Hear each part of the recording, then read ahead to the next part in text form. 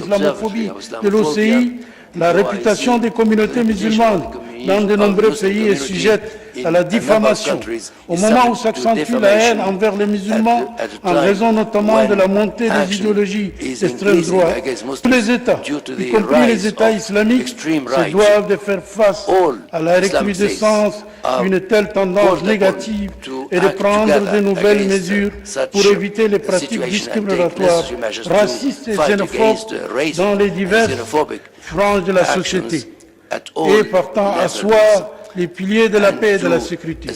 À cet égard, nous comptons sur l'appui des États membres aux efforts déployés par le secrétariat général en faveur de la lutte contre l'islamophobie. D'autre part, nous devons collaborer avec tous les membres de la communauté internationale pour lutter contre ces phénomènes. C'est avec satisfaction que nous avons accueilli l'adoption le 15 mars par l'Assemblée générale des Nations Unies d'une résolution désignant le 15 mars de chaque année comme journée internationale de lutte contre l'islamophobie. Nous formulons l'espoir qu'elle contribuera à favoriser un dialogue à l'échelle mondiale d'une culture de tolérance et de paix. La lutte contre le terrorisme est également une priorité absolue pour notre organisation. Pour y faire face, le secrétariat général met en œuvre une stratégie multidimensionnelle sur la base du mandat juridique de la Convention de l'OCI sur la lutte contre le terrorisme, parmi les questions auxquelles le secrétariat général accorde une attention particulière. Je voudrais mentionner la contribution au renforcement du dialogue entre les États, les religions, les cultures et les civilisations.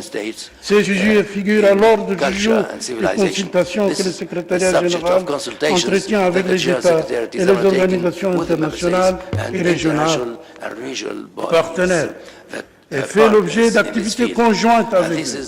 Nous devrons renforcer cet effort. Je voudrais saisir aussi cette occasion pour féliciter les Émirats arabes unis d'avoir accueilli avec succès l'Expo 2020 de Dubaï, qui a contribué au renforcement de la compréhension et de la coopération entre les nations.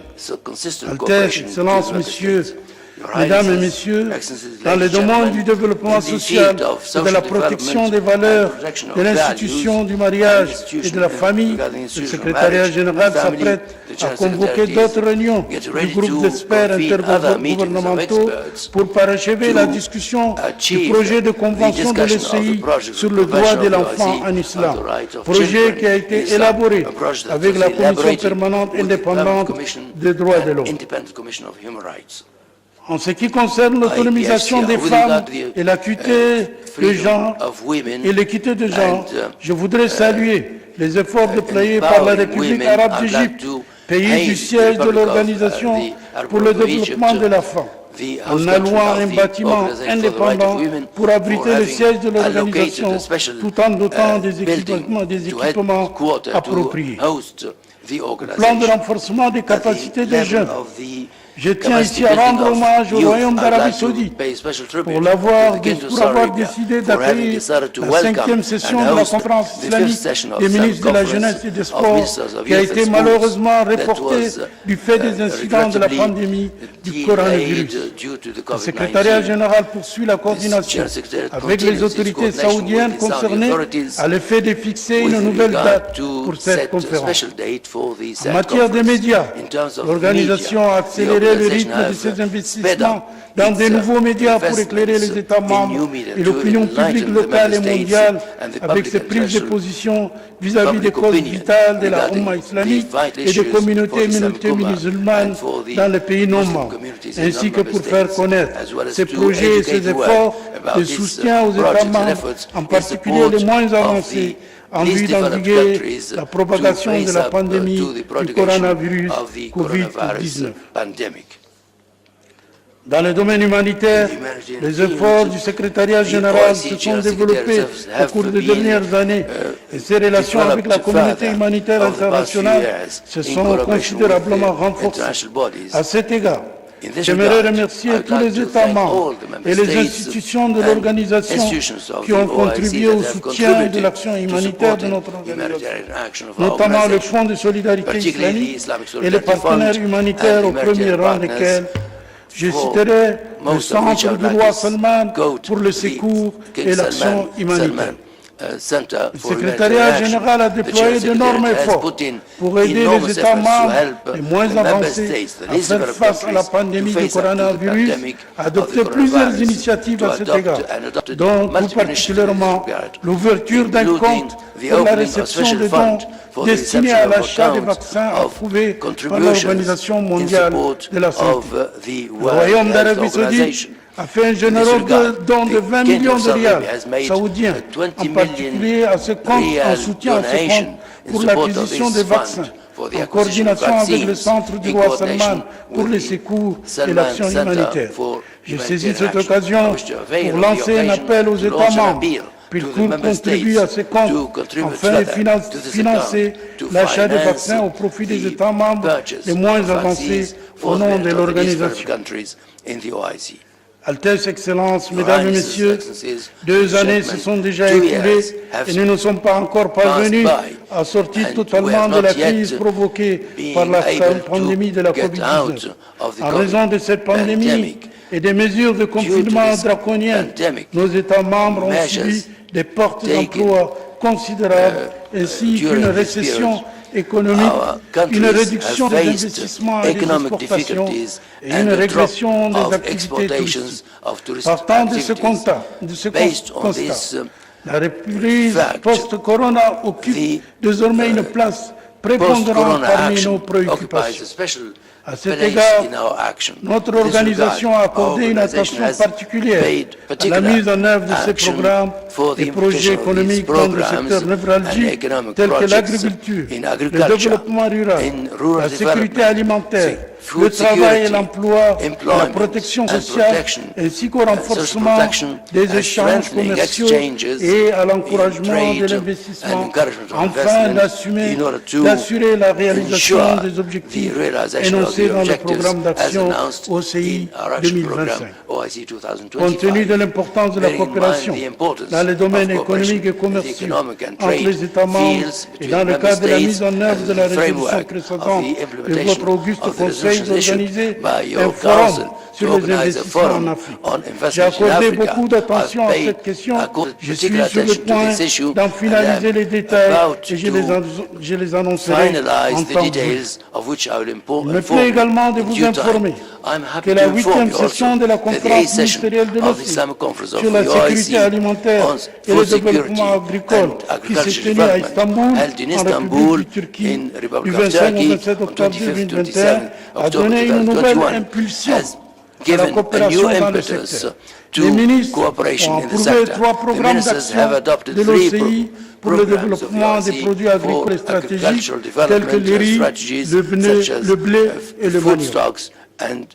Dans le même ordre d'idées, la 11e session de la conférence islamique des ministres du tourisme et la 5e session de la conférence islamique des ministres du Travail que nous espérons seront organisées cette année, respectivement en Azerbaïdjan et aux Émirats arabes unis, permettront aux États membres de notre organisation de faire le point sur la situation actuelle dans ce secteur et d'élaborer une stratégie commune permettant de relever les défis et d'atténuer les incidences négatives de la pandémie du coronavirus sur le secteur du tourisme et du travail. Altesse, Excellences, Mesdames et Messieurs, l'OCI a intensifié ses efforts en faveur du renforcement de la coopération entre les États membres, afin de faire progresser son agenda dans le domaine de la science, de la technologie, de l'enseignement supérieur, de la santé, de l'eau et de l'environnement en tant que piliers fondamentaux de la stratégie de l'OCI pour l'éradication de la pauvreté, de la maladie, de l'analphabétisme et de l'extrémisme. Je me réjouis donc de rappeler le 2e sommet de l'OCI sur la science et la technologie, tenu virtuellement le 16 juin 2021, a fait le point online sur les in étapes June franchies last par les États has membres taken en stock termes of the d'intégration steps des sciences, fulfilled by the member de la states technologie, in the de field l'innovation of dans technology leur politique and et stratégie their nationale. policies and national strategy in this field. Il ne fait donc aucun doute que la fourniture Therefore, d'un enseignement de qualité est la première étape vers la croissance économique et la réduction de la pauvreté et les disparités. Will be the Les 4 optimal universités means parrainées par against l'OCI jouent un rôle déterminant the dans OIC l'éducation de plays près de an 25 000 important étudiants role et in the étudiantes training des of États membres. students of Qu'il the me member soit states. permis Allow me d'adresser mes here to remerciements express à and tous les gratitude États to membres et all aux the member organisations states and qui apportent un organizations soutien that financier give à ces financial universités. support to En our consécration, une plus grande solidarité et coopération entre les États membres dans le domaine de l'enseignement supérieur. Le programme d'échange éducatif de l'OCI vise à fournir plus de bourses d'études aux étudiants et étudiantes dans les États membres de l'OCI, en particulier les pays les moins avancés d'entre eux. Dans le domaine de la santé, le secrétariat général, en collaboration avec les organes compétents de l'organisation, a adopté une approche traditionnellement pour aider ces États membres à relever les défis inédits posés par la pandémie de la COVID-19, pour le moment la convocation des réunions d'urgence du comité de pilotage de la santé au niveau du ministère de la Santé, ainsi que des réunions d'urgence du comité exécutif de l'OCI au niveau des ministres des Affaires étrangères. Deuxièmement, une aide financière d'urgence aux États membres par l'entremise du fonds de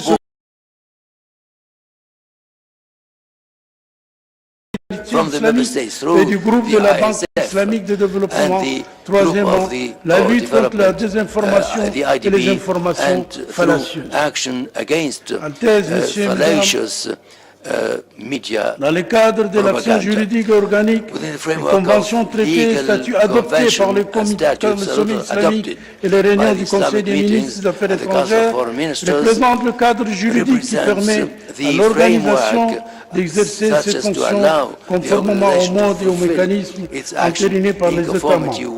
À cet égard, je voudrais renouveler l'appel aux États membres qui n'ont pas encore achevé les procédures de ratification des conventions conclues dans le cadre de l'organisation, de le faire dans le meilleur délai, afin que ces instruments puissent être mis en vigueur et que les institutions et organes qui sont ainsi puissent entrer en activité. Au premier rang de ces documents, je citerai la charte de l'organisation, les statuts de l'organisation pour le développement de la femme et de l'organisation islamique pour la sécurité alimentaire, qui sont déjà entrés en vigueur. De plus, il existe des institutions importantes dont les statuts ne sont pas encore entrés en vigueur, tels que la Cour islamique internationale de justice, le centre de travail et le centre de coopération et de coordination policière. Dans le cadre du programme de réforme du secrétariat général, une étude a été élaborée par l'Institut d'administration publique en collaboration avec le secrétariat général. Cette étude a abouti à l'élaboration d'un projet d'organigramme pour le secrétariat général. Dans les annexes de mon rapport à la présente session figurent les recommandations faites à cet égard. Le secrétariat général, en application des résolutions du Conseil des ministres des Affaires étrangères, a tenu une réunion du groupe d'experts intergouvernementaux pour élaborer de nouveaux règlements ainsi que pour réviser et mettre à jour certains statuts et règlements de procédure.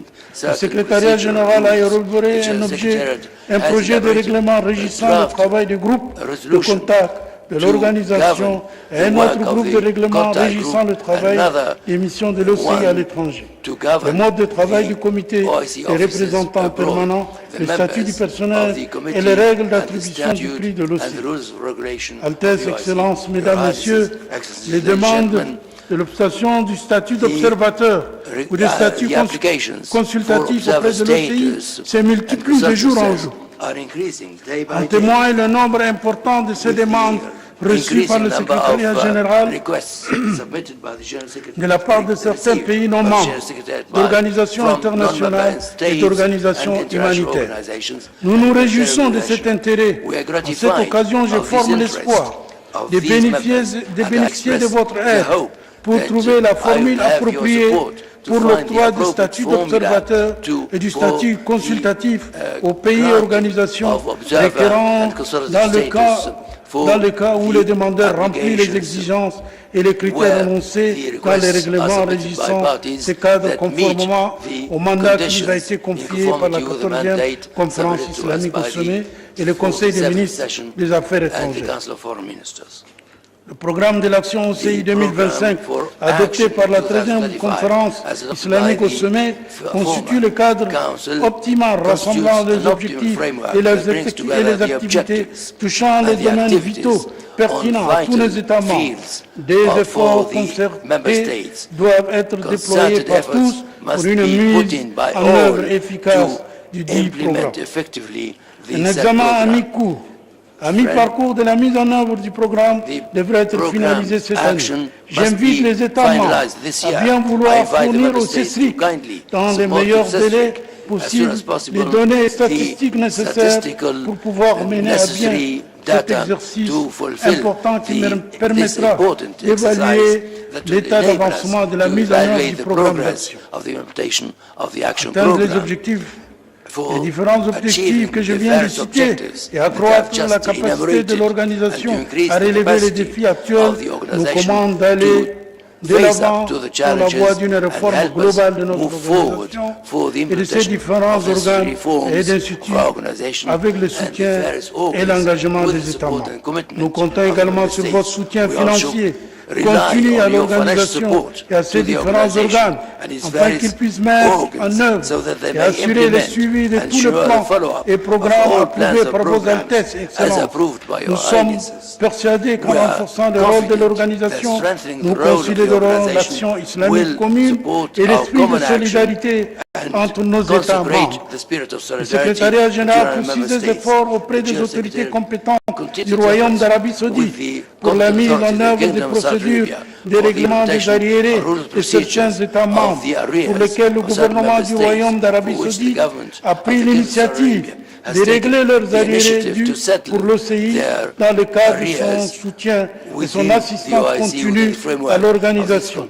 Ces arriérés constituent l'obstacle empêchant l'organisation d'honorer convenablement ses échéances.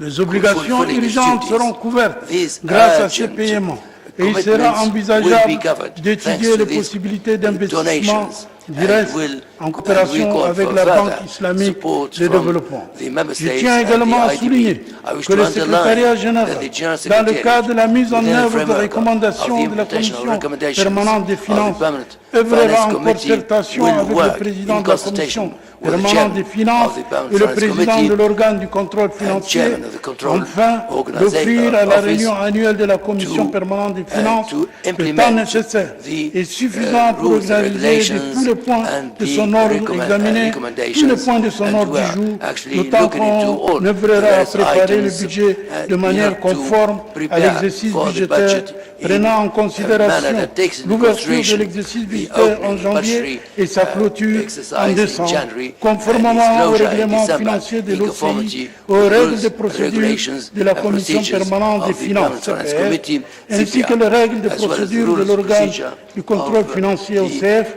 Dans le contexte, le secrétariat général ne ménagera aucun effort pour mettre en œuvre les recommandations de l'organe de contrôle financier issues de ces 41e et 42e sessions en vue de renforcer la transparence et l'action financière.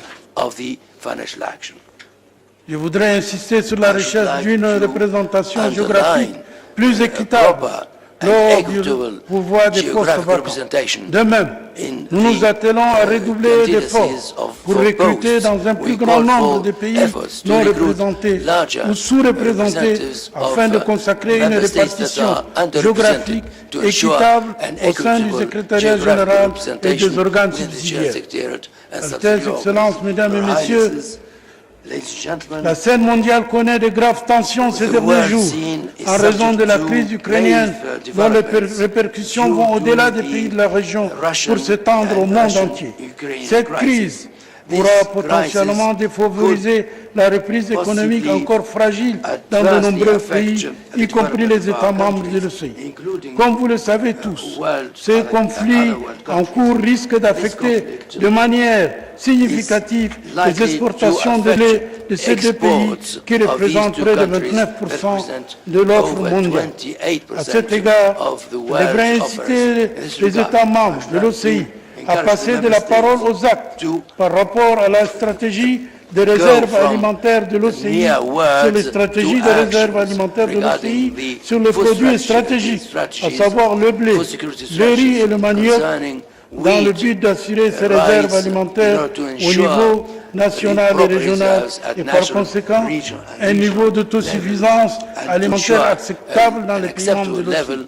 Ainsi, partant des principes objectifs annoncés dans la Charte des Nations Unies et de l'OCI, dont tout particulièrement la contribution aux efforts de maintien de la paix et de la sécurité internationale, le secrétariat général a exhorté les parties concernées à œuvrer en faveur d'une solution pacifique de la crise ukrainienne et à poursuivre les négociations pour la recherche d'une solution politique qui garantira une paix et une stabilité durable et qui préservera la sécurité des populations. En conclusion, permettez-moi de signaler que les mots que je viens de prononcer devant votre auguste Conseil ne sont qu'un résumé des efforts déployés par le secrétariat général de l'OCI dans l'exécution de la mission qui lui a assignée.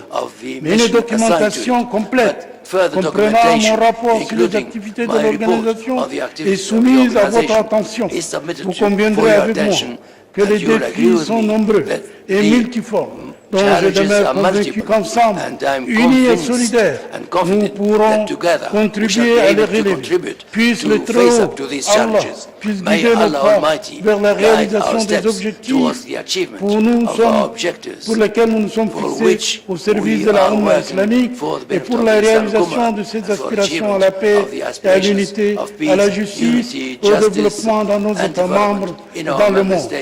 Je vous remercie de votre aimable attention. Wassalamu alaikum wa rahmatullahi wa barakatuh.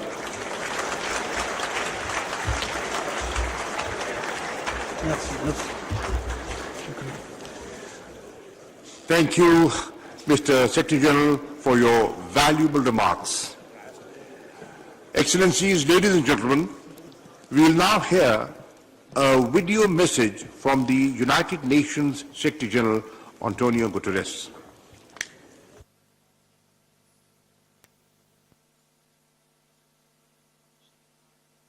Excellencies, as you gather in Pakistan, I am pleased to send my greetings to the meeting of the Organization of Islamic Cooperation Council of Foreign Ministers.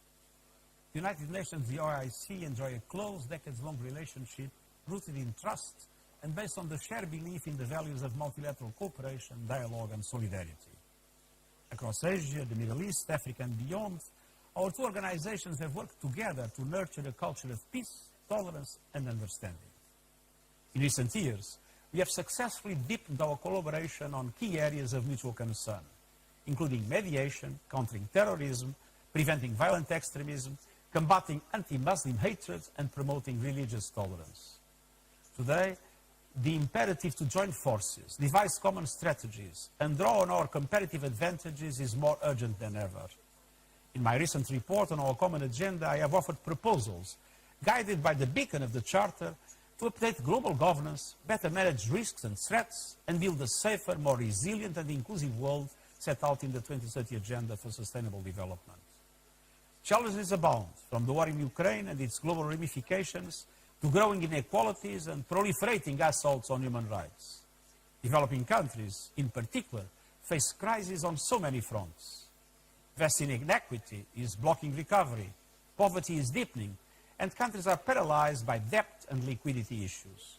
We must reform a morally bankrupt global financial system, and we must make sure that all countries have the resources they need to recover from the pandemic, build resilience against climate shocks, and support the Sustainable Development Goals. Only together, in unity, with partners at all levels, can we confront shared challenges and create a better future for all. Thank you.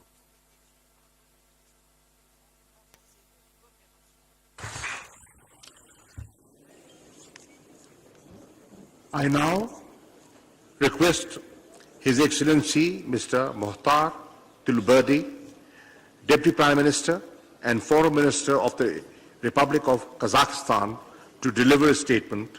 He will be speaking on behalf of the Asia Group of the OIC member states.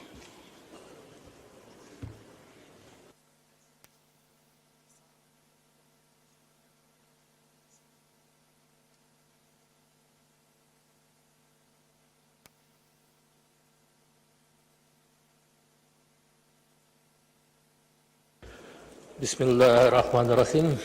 Honorable Minister Imran Khan, the Prime Minister of the Islamic Republic of Pakistan, distinguished Mr. Shah Mahmood Qureshi, the Minister of Foreign Affairs of the Islamic Republic of Pakistan, distinguished Mr. Hussein Ibrahim Taha, Secretary General of OIC, Your Highnesses, Your Excellencies, ladies and gentlemen. Assalamu alaikum wa rahmatullahi wa barakatuh. First of all, on behalf of the Asian Group of the Organization of Islamic Cooperation and on behalf of the delegation of Kazakhstan, allow me to express appreciation to the government of Pakistan for the cordial hospitality and excellent arrangement of today's OIC ministerial meeting, titled Partnership for Unity, Justice and Development. I would like to express special gratitude to the OIC General Secretariat for the preparation of this meeting. I also would like to congratulate the Republic of Niger on the successful completion of chairmanship of the 47th session of the OIC Council of Foreign Ministers. I wish all participants of this meeting a productive work for the prosperity of our Ummah.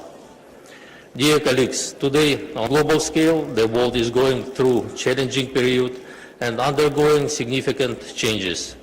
Military conflicts, confrontation between the West and the East, the Ukrainian crisis, the consequences of the pandemic, religious intolerance, instability in the financial and commodity markets, all of these have a negative impact on the performance of the global economy and security. We observe the continuation of such trends as multipolarity, economic globalization, informational advancement of society, multiculturalism, and transformation of the system of global governance and world order. The connectivity and interdependence of states is increasing, and we see growing trends of redistribution of the global balance of forces and increasing demand of global community for leadership related to the interest of peaceful and progressive development. Meanwhile, the situation with global and regional security is becoming more and more complicated with each passing day. Changes and threats are running rampant. The hybrid confrontation is expanding and fake news has become widespread, inciting ethnic, racial and religious discord, thus even further exacerbating the regional conflicts. These are followed by entrenching traditions of unilateral approaches to addressing international issues, that is through the use of force. Such development contributes to growing practices of interference in the internal affairs of other states, infringing of the rights of sovereign advancement and simultaneously regional international cooperation. This ultimately hinders the progress of humankind and destroys trust as the foundation of stable peace. All these risks and threats are relevant for the Islamic world as well. Today, more than ever, the countries of the Islamic world and the OIC member states need unity and must defend their interest and position to preserve common values and provide all possible support and necessary assistance.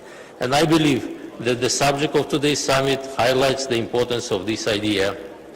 Nowadays, Kazakhstan is creating a concept of new Kazakhstan. Recently, President Tokayev announced the large-scale and meaningful reforms which cover almost all areas of life of the country. They include initiatives aimed at political liberalization, plurality and openness. In the sphere of the economic, the reforms are focused on the tackling monopolization, improving living standards and ensuring that all citizens feel the benefits of our growing economy. Societal reforms are aimed at improving health and education of the nation as well as other sectors. Kazakhstan today fully supports international efforts to ensure regional security and sustainable development of the countries of Eurasia. The ongoing global and regional processes require collective decision regarding resolute reunification of wars, conflicts, confrontation, and choosing the path of peace, dialogue, and focusing on joint development. Against this backdrop, as an intergovernmental forum that brings together 27 member states, 9 observers, and more than half of the world population with the established political dialogue, Conference on Interaction and confidence-building measures in Asia has a potential to become an effective tool for joint confrontation of new challenges and ensuring security and stability in the region. The key priority of Kazakhstan chairmanship at the SICA process is the transformation of the conference into a full-fledged international organization.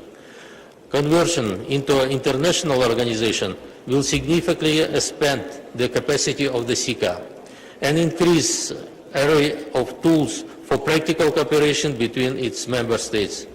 Within its chairmanship, Kazakhstan will hold the 6th SICA summit in Nur-Sultan on the 12th and 13th of November this year, which marks the 30th anniversary of the conference. This event aims to propel the SICA into a new level of institutional development. At the initiative of Kazakhstan, the Code of Conduct towards achieving the world free of terrorism was developed within the UN and opened for signature in 2018. It has now been signed by 89 countries.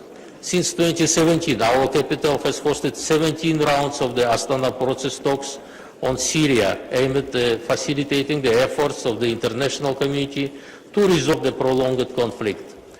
Kazakhstan, like many OIC member states, is concerned about the situation in Afghanistan. Socio-economic and financial issues need to be addressed urgently to prevent large-scale humanitarian crisis in the region.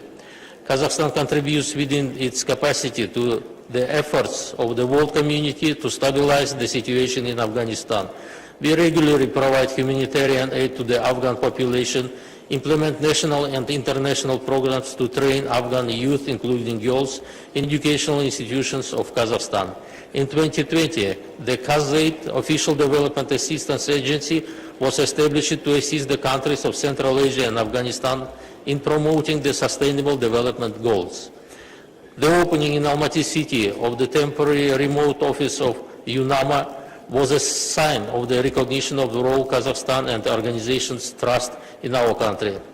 I would also like to emphasize the timeliness of the extraordinary meeting of the OIC Council of Foreign Ministers on Humanitarian Situation in Afghanistan held in Islamabad on 19th of December 2021, which resulted in the adoption of the several practical decisions, including the launch of the Afghanistan Food Security Program under the aegis of the Islamic Organization for Food Security, and the establishment of the Humanitarian Trust Fund under the aegis of the Islamic Development Bank.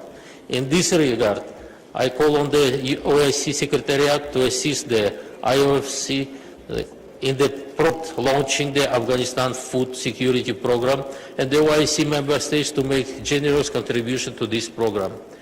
Regretfully, conflicts and military clashes continue among the Muslim countries today. The events in Yemen, Syria, and several African states have become a matter of concern. Therefore, we believe that the initiative of Islamic rapprochement remains relevant for peace and harmony in the Islamic world. Kazakhstan reaffirms its unwavering position for just and comprehensive solution to the Palestinian question on the basis of relevant resolutions of the UN Security Council and the UN General Assembly in accordance with the two states for two nations principle. Moreover, we reiterate the OIC principled position on the Jammu and Kashmir dispute for peaceful settlement in accordance with the relevant United Nations Security Council. We are convinced that promoting the ideology of tolerance, mutual understanding, and cultural diversity is the key to combating hatred and discrimination. An example of interfaith dialogue is the Congress of Leaders of World and Traditional Religions, which has been held in Kazakhstan since 2003 and is attended by the leaders of the Islamic world and the Secretary General of the OIC. The next 6th Congress will be held in September 2022 in Kazakhstan. Distinguished participants, in the face of the new challenges, the further transformation of the organization is an important issue. Therefore, we need to swiftly conclude the process of reforming of the OIC. In this context, we are grateful to Saudi Arabia, Turkey, and Bangladesh for their efforts and contribution for the holding of 2 expert group meetings on comprehensive reform of our organization. The combat against the COVID-19 pandemic and overcoming its consequences are still among the pressing issues on our cooperation agenda. At the current stage, I would like to emphasize the importance of uniting our efforts in the combat against the pandemic and the exchange of vaccines.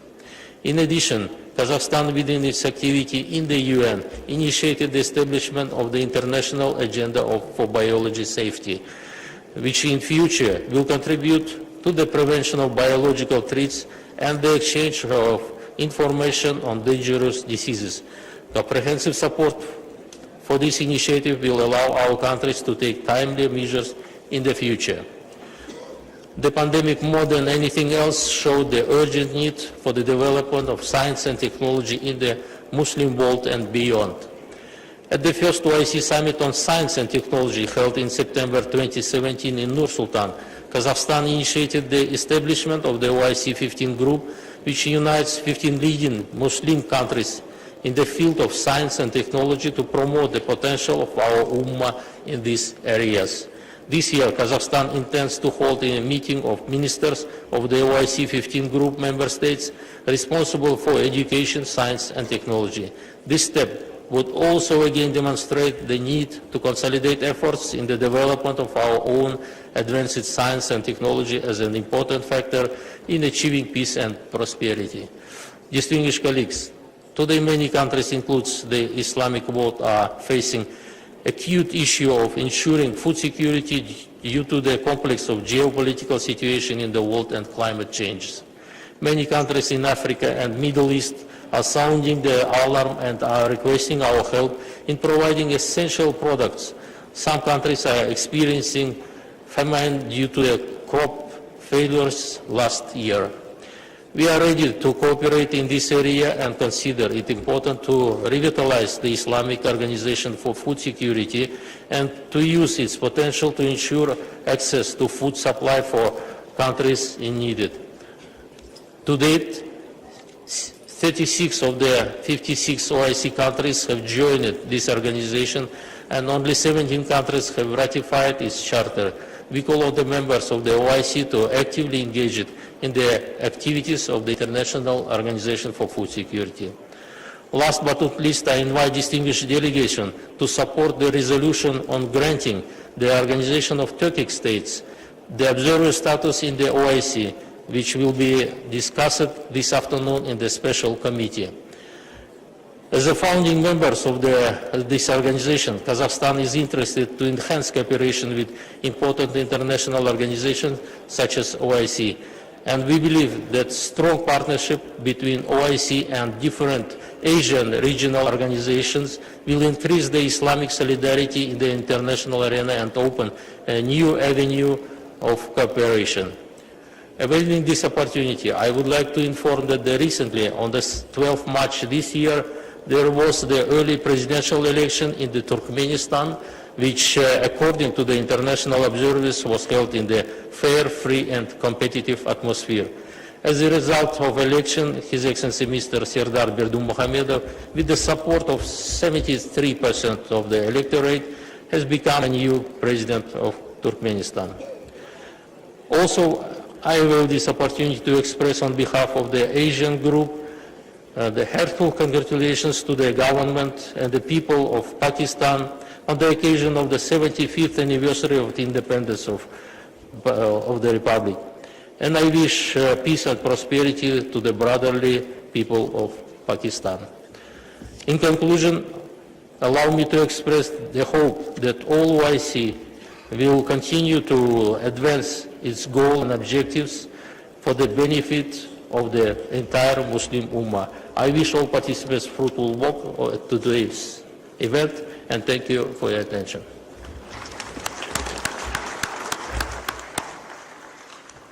Thank you, Your Excellency, for your insightful remarks. I now request His Excellency Mr. Othman Jarandi, Foreign Minister of the Republic of Tunisia, to make his speech. He will be speaking on behalf of the Arab group of the OIC member states.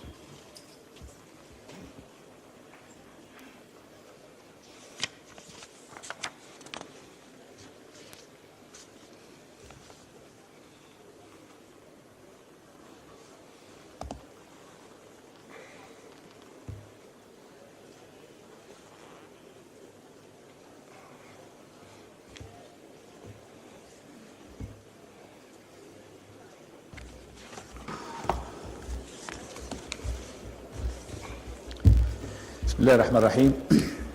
In the name of Allah, معالي السيد عمران خان الوزير الأول لجمهورية باكستان Mr. Imran Khan, معالي Prime السيد Minister of the محمود Islamic قريشي Republic وزير of خارجية Pakistan, جمهورية باكستان الإسلامية. Excellency Shah Mahmoud كل Qureshi, التهاني Foreign Minister of the Islamic لرئاسة Republic of Pakistan. بدولتنا We الحالية congratulate you on your ويعيدكم chairmanship مرة of ثانية this session and for the celebration أصحاب of your السمو والمعالي. Independence Day. Highnesses, معالي السيد حسين Excellencies, إبراهيم طه الأمين العام لمنظمة التعاون Excellency الإسلامي Mr. Hussein السيدات Ibrahim Taha, والسادة. Secretary General of the OIC, يتيبني ladies and باسم gentlemen, المجموعة on العربية behalf أن of أتوجه the Arab group, بخالص التقدير I'm إلى معالي pleased to السيد شاه محمود extend قريشي my وزير greetings خارجية to جمهورية Shah باكستان Mahmoud الشقيقة Qureshi, Foreign Minister of the لما Islamic يبذله Republic of من Pakistan, جهود for the لمزيد efforts تعزيز deployed to العمل consolidate الإسلامي المشترك. joint وشكر Islamic موصول action. I also لجمهورية extend my النيجر thanks الشقيقة to the Republic على of رئاستها Niger المتميزة for its السابقة excellent chairmanship لمجلسها. of the previous session ولا of يفوتني our أن council.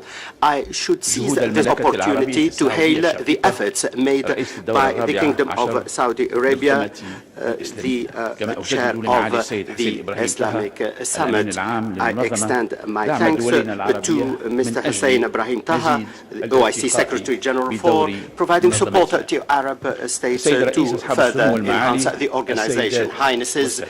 Excellencies, إن ladies and عقد هذا gentlemen, الاجتماع the holding of تحت this شعار بناء meeting الشراكات من أجل الوحدة والعدالة the والتنمية motto of building partnerships حاجتنا اليوم reaffirms كمجموعة our إسلامية need as أكثر an من أي Islamic وقت group مضى more than بضرورة ever مواجهة our need مشتركة for having a للتحديات joint التي confrontation of تفرضها the challenges التطورات الدولية that we are المتسارعة facing as a result والمستجدة of the الخطيرة serious واحتواء rapid changes in على the world الأمن and the والسلم need في to العالم contain them in عموما order to وفي promote منطقتنا peace and security العربية in the world and in our على وجه Islamic and الخصوص. Arab region in particular. يجب أن يكون لمنظمتنا كفضاء Our إقليمي organization وازن موقفها الموحد has a weight and needs a ورؤيته joint في معالجة position جملة القضايا in order الدولية to والإقليمية address the المطروحة various international بناء and regional على issues القيم والمبادئ on التي the basis تجمعنا of the ونشترك فيها principles جميعا and the values that والتي bring us together تستوجب حل and which جميع we القضايا share. العاجلة These بناء على require نفس an urgent المقاييس solution to all والمعايير the causes الدولية. on the basis of وفي the هذا same السياق international تؤكد المجموعة standards. العربية The على Arab ضرورة group إيجاد تسوية reiterates the سياسية need to لمختلف identify الأزمات التي a تمر بها political settlement to منطقتنا all the وإعلاء crises الصوت العربي witnessed in الإسلامي our في region الدفاع and to make our عن voice قضايانا في heard المحافل and الإقليمية defend والدولية our causes وقطع الطريق in the international أمام arena. جميع This المحاولات التي قد will تستهدف استقرار دولنا deal وأمن with all شعوبنا the attempts that وحفظ aim مقدراتها. to وإن الروابط destabilize our المشتركة countries. التي The تجمعنا joint ties والتزامنا between us بانتصار القيم and our الحق والعدل commitment يتم to علينا the values تحمل of justice مسؤوليتنا إزاء require الشعب that الفلسطيني we need to لوضع fulfill our حداً responsibility to the للانتهاكات Palestinian people to الإسرائيلية end اليومية the لحقوقهم daily Israeli والاعتداء على حرمة violation of المقدسات the والسياسات rights of الاستقلالية Palestinians and الرامية the إلى فرض الأمر الواقع promotion بما of يقوض فرص the السلام settlement policies ويفاقم that من حالة will التوتر في المنطقة. reduce the وإننا possibility ندعو of a peaceful and reduce القضية tension الفلسطينية in the region.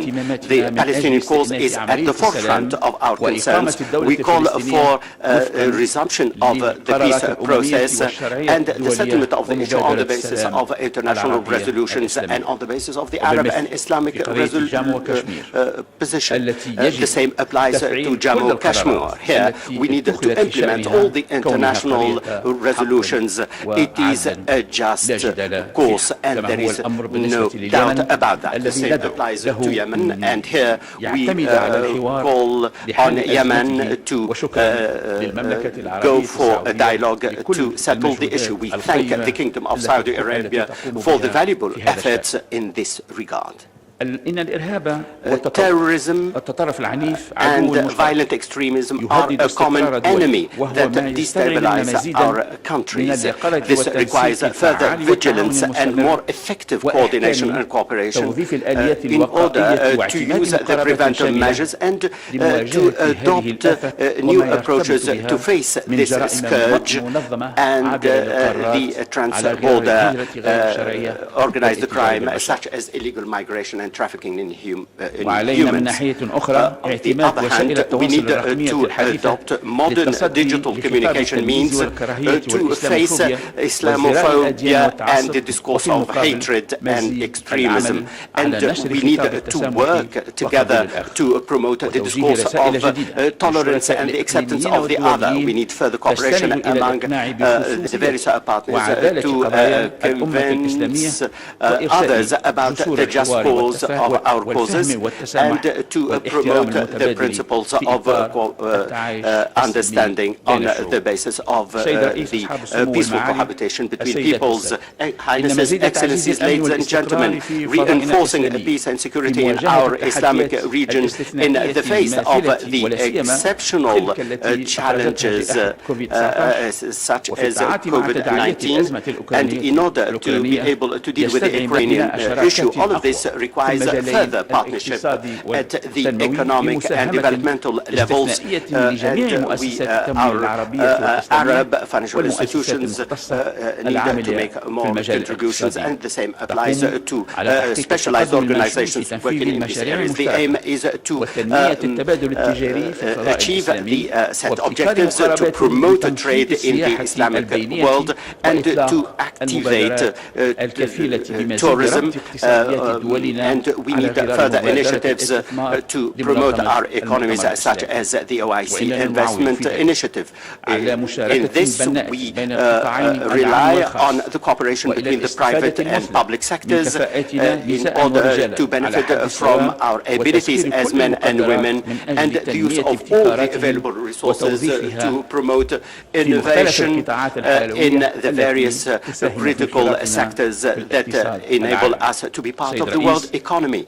Mr. Chairman, Highnesses, Excellencies, ladies and gentlemen, our determination is firm to contribute to a modern reformist policy of our organization that will enable us to upgrade its role in order to consolidate cooperation among member states. The aim is to achieve dynamics in the various parts of the organization in its economic, political and development roads. We believe that the challenges we are facing at the moment require consolidating cooperation and consultation the OIC and the League of Arab States, and we need to open up to other organizations in our region with a view to mobilizing more support to our causes in the international arena on the basis of the principles of the UN Charter and co-living with a view to a world that is more just and prosperous. May Allah make us succeed in our endeavor. Thank you very much for your attention.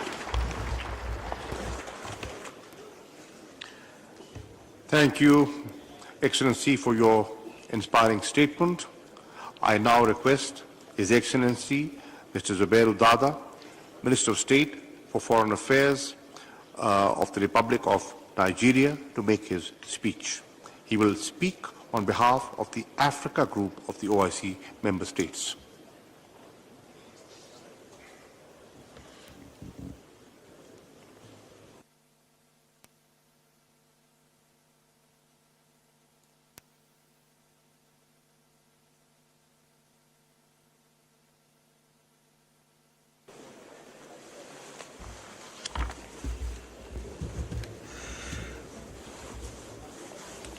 أعوذ بالله من الشيطان الرجيم بسم الله الرحمن الرحيم. Your Excellency, Mr. Imran Khan, Prime Minister of the Islamic Republic of Pakistan, Your Excellency Makhdoom Shah Mahmood Qureshi, Minister of Foreign Affairs of the Islamic Republic of Pakistan and Chairman of this session, Your Royal Highness, the Foreign Minister of the Kingdom of Saudi Arabia, Honorable Ministers, Your Excellency Ambassador Hussein Brahim Taha, the Secretary General, distinguished delegates and other invited guests, gentlemen of the press. Assalamu alaikum wa rahmatullahi wa barakatuh. It is for me indeed a great honor and privilege to speak today on behalf of the African Group on the occasion of the 48th session of the Council of Foreign Ministers of the Organization of Islamic Cooperation, holding in this beautiful city of Islamabad. We are indeed humbled by this singular honor. Let me at the outset convey the sincere appreciation of my delegation and that of the entire African Group to the government and the people of the Islamic Republic of Pakistan for the warm reception and generous hospitality. And we also thank them for the excellent facilities that have been put at our disposal for the success of our meeting. We wish to congratulate the good people of Pakistan on the celebration of the 75th anniversary of independence of Pakistan. We wish you more peace and prosperity. Permit me also to congratulate you, Mr. Chairman, for your unanimous election to steer the proceedings of this session. And in the same vein, I wish to commend the Minister of Foreign Affairs of the Brotherly Republic of Niger for the numerous accomplishments during his chairmanship of the previous session. I further take this opportunity to welcome on board our new Secretary General, Ambassador Taha, and to assure him of our full support and a fruitful and successful tenure at the helms of our common organization. Your Excellencies, distinguished delegates, the 48th session of Family is taking place at a crucial moment in the history of our organization. The huge socio-economic and humanitarian challenges posed by COVID-19 pandemic, coupled with the rising wave of political and security crises in parts of our member states, call for our concerted efforts and joint action for durable solutions. It is obvious that our immediate preoccupation should be directed towards fashioning and implementing a robust post-COVID-19 recovery plan to respond to the needs of our people. And to this end, we reiterate our support for the commendable endeavors of the OIC aimed at addressing the various conflict situations and flashpoints, particularly in Africa. The menace of terrorism, insurgency, banditry, small arms and light weapons, human and drug trafficking have continued to militate against the peace, security, stability, human rights, social cohesion, and indeed the economic development of the entire African region. And this is why we welcome the choice of the theme of this session, which is Partnership for Unity, Justice, and Development, which we consider very apt and indeed very relevant. We believe that the 48th session will do justice not only to the numerous issues on this agenda, but also adopt appropriate and implementable resolutions to address our common and pressing challenges and fast-track recovery in our member states from the COVID-19 pandemic. Mr. Chairman, for the past 12 years, Nigeria and indeed the Lake Chad basin countries have continued to suffer from brutal acts of terrorism led by Boko Haram and lately ISWAP. The activities of these enemies of peace, unity and progress and development have created a very serious humanitarian crisis in our region. In Nigeria alone, we have over 3 million people that are displaced and are living in IDP camps. In Burkina Faso, we have about 2 million people that are also living in IDP camps. The OIC must not abandon these people. They are in dire need of your assistance, and that is why Nigeria has proposed a new draft resolution on this subject for your kind consideration and adoption. And we hope that the OIC will extend its full solidarity to these people with a view to alleviating their plight. Furthermore, a robust implementation of the relevant OIC resolutions on combating the Boko Haram and other terrorist groups in West and Central Africa, and indeed some parts of Southern Africa, and support for the operations of the G5 Sahel Joint Force will significantly assist the ongoing national and sub-regional efforts towards addressing these lingering security problems in our sub-region. This measure would, if of necessity, also include the comprehensive review and execution of the OIC Code of Conduct on Combating International Terrorism, 1994, and the OIC Convention on Combating Terrorism. We further urge for concrete collaboration and partnership with the national agencies of the member states, including the Saudi-led Islamic Military Counterterrorism Coalition, in order to stamp out this menace that is facing our countries. Your Excellencies, distinguished delegates, beyond the active measures needed to counter terrorism in our region, the mobilization of funds for the various national social and humanitarian actions are crucial to the rehabilitation and radicalization efforts in the affected countries. Equally significant is the need to address the economic root causes of insecurity in the African region. In this regard, the implementation of the OIC resolution on the recharge of the Lake Chad, which has lost over 80% of its water, would contribute to the restoration of the various communities in the Lake Chad Basin and return millions of people to their lost livelihoods. Similarly, it is our conviction that the agenda of OIC on peace and security can best succeed if we establish meaningful partnership with the United Nations, the African Union, and other sub-regional groupings in Africa on conflict prevention, conciliation, mediation, and peace building, as well as the promotion of good governance and democracy. And closely related to this is the need for granting debt remission and relief for our countries, especially the least developed countries that represent more than 1/3 of the OIC membership. Mr. Chairman, poverty remains one of the major challenges confronting Africa, and the pandemic has sadly further aggravated the situation. To create a better and more sustainable future for our people, strengthening intra-OIC cooperation to harness the enormous resources and potentials within our member states is key and essential.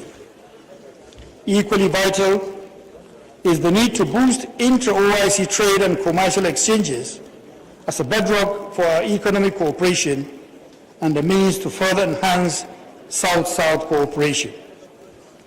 We regret to note the drastic decline in the volume of intra-OIC trade, reported from 700.1 billion in 2019 to just 552.8 billion in 2020, amounting to about 21.2% decline.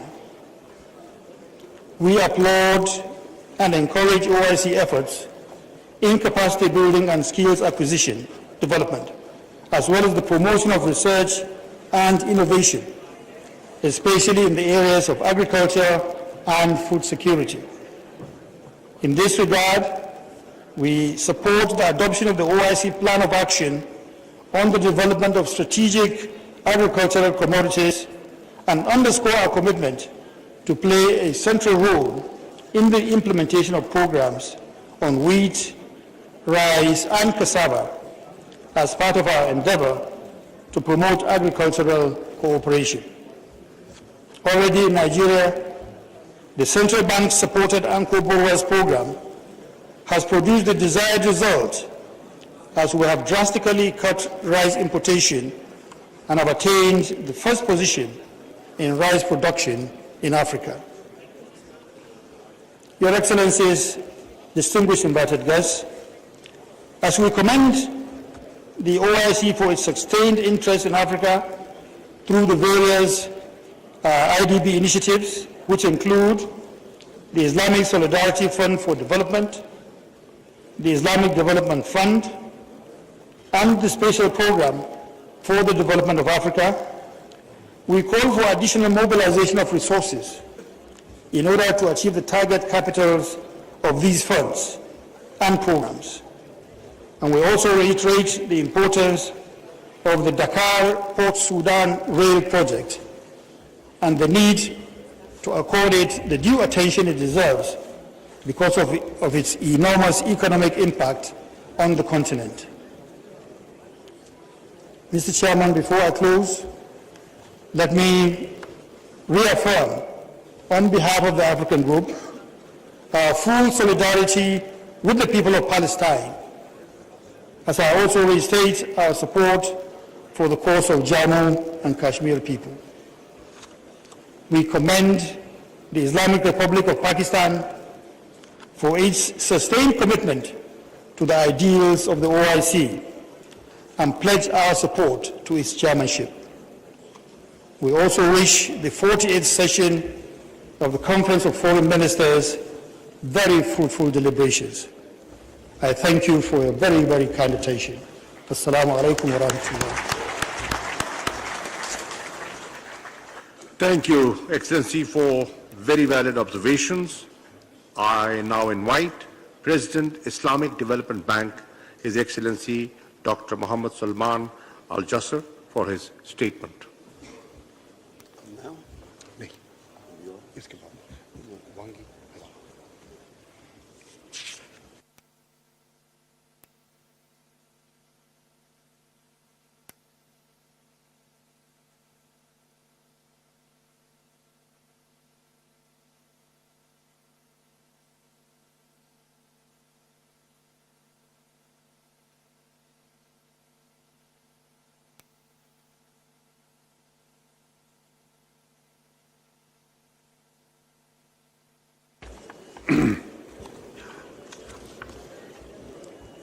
بسم الله الرحمن الرحيم والصلاة والسلام على أفضل الأنبياء والمرسلين سيدنا ونبينا محمد وعلى آله وصحبه أجمعين ومن تبعهم بإحسان إلى يوم الدين. Your Excellency Imran Khan, Prime Minister of the Islamic Republic of Pakistan, Your Highness Prince Faisal bin Farhan Al Saud, Foreign Minister of the Kingdom of Saudi Arabia, the OIC Summit Chair, Your Excellency Mr. Makhdoom Shah Mahmood Qureshi, Foreign Minister of the Islamic Republic of Pakistan, Your Excellency Mr. Hussein Ibrahim Taha, Secretary General of the Organization of Islamic Cooperation, Excellencies, representatives of the OIC member states and representatives of all other countries, distinguished representatives of the fellow multilateral banks and UN agencies, Assalamu alaikum wa rahmatullahi wa barakatuh. Allow me to begin by expressing my utmost appreciation to this esteemed session of the OIC Council of Foreign Ministers for designating building partnerships for unity, justice, and development as its theme, which is most pertinent. We cannot overemphasize the importance of partnerships for realizing our vision of prosperity, development, and solidarity. As an institution committed to sustainable development, the Islamic Development Bank recognizes that partnerships are the key enablers for socio-economic advancement. To continue to respond to evolving development needs, the Islamic Development Bank is firmly committed to supporting green, sustainable, and resilient infrastructure, the foundation for higher productivity and growth. The Islamic Development Bank is also investing in inclusive human capital development and social infrastructure through investment in health, education, nutrition, and job creation. For the bank, solidarity means strengthening partnerships and cooperation among the member countries in all possible areas to enhance their collective economic development. To achieve this goal, the bank has introduced new modalities and initiatives to strengthen economic linkages among its member countries. The programs under IDB's regional cooperation and integration, supported by our private sector group entities, aim to scale up regional integration projects, intra-OIC trade and investment levels through cross-border projects and trade corridors. Excellencies, distinguished guests, the establishment of the Afghanistan Humanitarian Trust Fund is a strong message of solidarity with our brothers and sisters in Afghanistan. The 17th extraordinary meeting of the OIC Foreign Ministers, held in this great city on December 19, 2021, asked the Islamic Development Bank to establish, operationalize, and manage the fund to channel humanitarian assistance to Afghanistan in partnership with other international and regional stakeholders. I am pleased to update that the charter has been signed with the OIC. This is the first but very pivotal step that will pave the way for operationalization of the fund. The IDB is strongly committed to ensuring strict policies and guidelines to govern all of the fund's activities. Accordingly, we guarantee utmost transparency in all aspects of the fund's activities and adherence to the relevant international standards and best practices. Excellencies, ladies and gentlemen, given the gravity of the challenges facing Afghanistan today, no single entity or institution can tackle them alone. Instead, there is a consensus that the international community needs to collectively provide a holistic, practical, sustainable, and comprehensive solution, learning from the lessons of the past and leveraging the strengths of all stakeholders to address these daunting challenges. Since last December, the bank has had continuous coordination and consultations with the OIC, development partners, humanitarian organizations, and donors. We have also consulted with countries interested in supporting the Afghani people. We are committed to benefiting from all relevant experiences and exploring potential cooperation opportunities to ensure formulation of an impactful partnership to undertake collective efforts to achieve the fund's objectives. Since 76% of the Afghanistan population lives in rural areas, a primary focus of the fund will be to save lives by preserving rural livelihoods. An integrated, holistic approach is proposed to be adopted to ensure that the fund's limited resources are deployed most effectively to yield maximum developmental impact.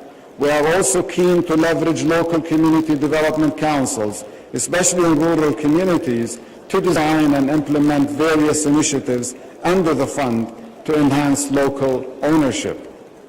We are committed to working with all our partners to break the prevalent vicious cycle of poverty and initiate a virtuous cycle of hope and self-reliance in the country. Excellencies, ladies and gentlemen, depending on the funding amounts and possible replenishments, a comprehensive phased approach will be adopted to promote long-term peace and stability. This can be achieved by enhancing agricultural productivity to promote food security, ensuring access to quality education, especially for females, provisioning of health care facilities in rural communities, women and youth empowerment, as well as facilitating rural electrification. The fund, in close coordination with our partners, is also actively exploring potential opportunities to leverage the private sector to support the humanitarian efforts, especially by focusing on creating meaningful employment opportunities in agro-business through supporting micro and small-medium enterprises. The Islamic Development Bank is also ideally positioned to provide the necessary platform for neighboring and regional member countries to play a positive role by optimally leveraging the IDB's South-South cooperation program. Benefiting from the experience, expertise, and knowledge of several OIC and Islamic Development Bank member countries, the Islamic Development Bank, under the overall umbrella of the fund, is keen to facilitate the capacity building in key sectors such as banking and finance, medicine, and agriculture.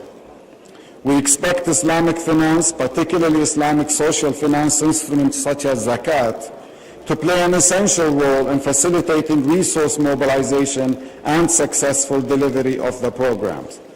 We look forward to the generous support of all OIC countries, international, regional, and bilateral organizations, the private sector, and philanthropists. The success of this fund will not be of credit to a single individual, entity, or institution, but to all of humanity. I reiterate the Islamic Development Bank's continued commitment to work closely with our partners and the international community to fully synchronize all efforts to ensure we collectively deliver sustainable support to Afghanistan, fostering resilience and self-reliance. Excellencies, distinguished guests, I take this opportunity to express our sincere appreciation to the Organization of Islamic Cooperation and the OIC Special Envoy for all their efforts to promote the Afghanistan Humanitarian Trust Fund globally. I would also like to thank the Kingdom of Saudi Arabia for this vital initiative whereby we take the lead in helping our fellow Muslims.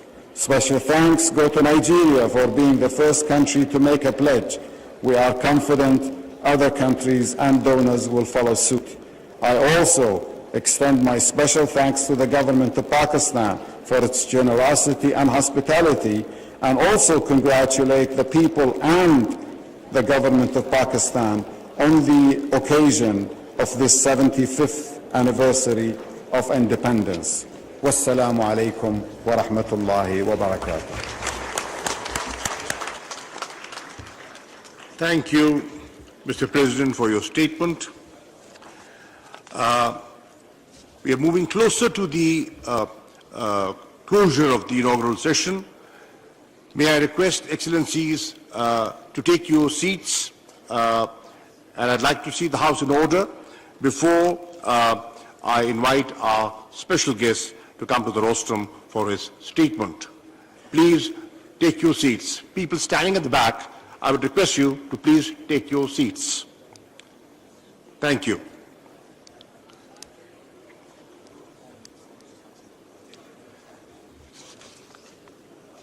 Excellencies, today we have with us His Excellency Mr. Wang Yi, State Councillor, Foreign Minister of the People's Republic of China, as a special guest. I now request him to come to the rostrum for his statement. State Councillor Wang Yi.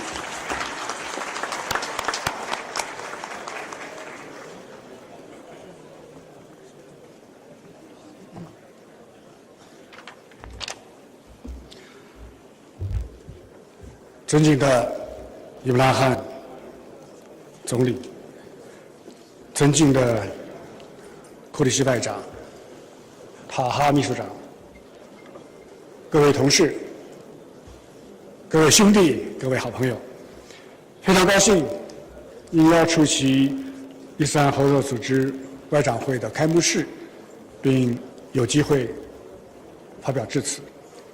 这是中国外长首次参加伊斯兰合作组织的外长会，充分体现了中国同伊斯兰世界加强交流合作的真诚愿望，必将推动我们的双方关系迈上新的台阶。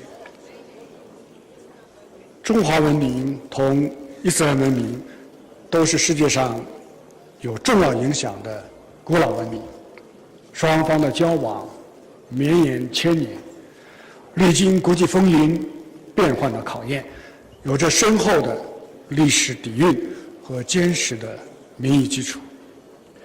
友好始终是双方关系的主流，平等始终是彼此互动的基础，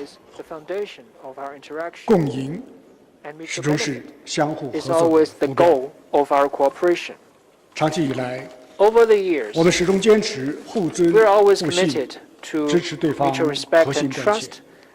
我们不会忘记当年阿尔及利亚等国共同提交议案，近30个伊斯兰国家坚定的支持，把中国抬进了联合国。同样，在伊斯兰世界最为关注的巴勒斯坦问题上，中国的支持从未犹豫，从未缺席。我们始终坚持团结互助，致力发展，实现共同发展。疫情爆发后，伊斯兰国家第一时间给予中国宝贵的支持，中国也及时向50个伊斯兰国家提供了13亿剂疫苗以及大量的抗疫物资。共建“一带一路”已经成为双方走向发展繁荣的桥梁和纽带。中国迄今已经同54个伊斯兰国家签署了合作文件，开展了将近600个大型的合作项目，资金投资的总额达到了4000亿美元，给双方人民带来了实实在在的利益。我们始终坚持互学互鉴，守护世界的多样文明。中华文明和伊斯兰文明历史上都对人类文明做出过重大的贡献，而近代以来，我们也都受到了不公正的对待。现在，我们正携手迈上发展复兴之路。我们要大力倡导文明平等对话、交流互鉴，从彼此的悠久文明中汲取智慧，共同抵制文明歧视，共同反对文明冲突。应该说，中国和伊斯兰世界已经找到了一条不同文明友好相处、合作共赢的道路，成为践行新型国际关系的典范，对不同国家、不同文明之间如何交往提供了有益的经验。各位同事、各位朋友，面对动荡变革的世界，本届伊核组织外长会聚焦结伴实现团结、公正、发展这一主题，反映了世界上大多数国家的共同心声。中方愿意同一方一道，倡导真正的多边主义，捍卫联合国宪章的宗旨原则，维护以联合国为核心的国际体系，在追求民族复兴的道路上风雨同舟，携手同行。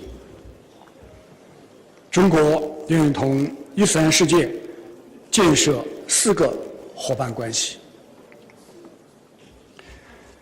一是做团结协作的伙伴，相互坚定支持彼此捍卫国家的主权、独立和领土完整，坚定支持彼此独立自主地探索符合本国国情的发展道路，坚定支持彼此维护自身的正当发展权益和广大发展中国家的共同利益。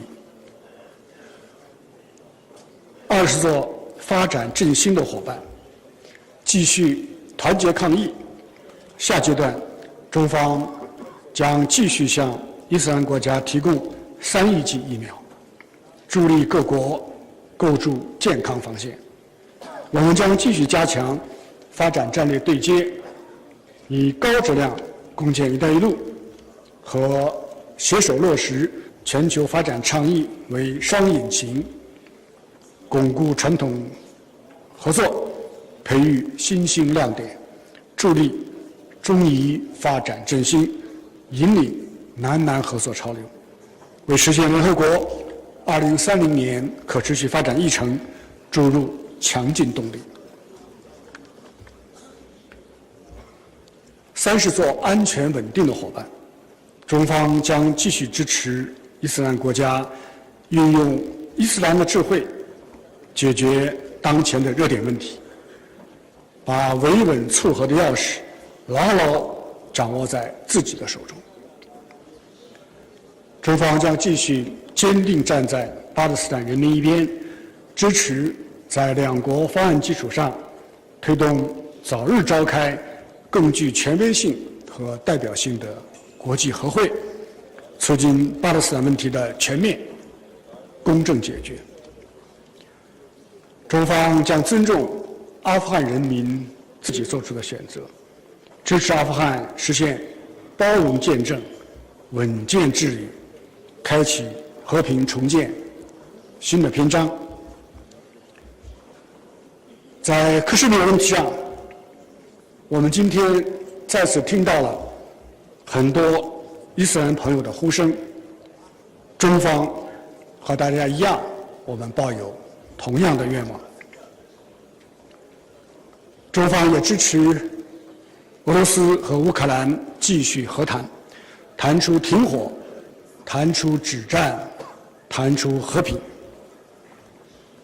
要防止发生人道主义灾难，要避免乌克兰危机外溢影响和损害其他地区和国家的正当权益。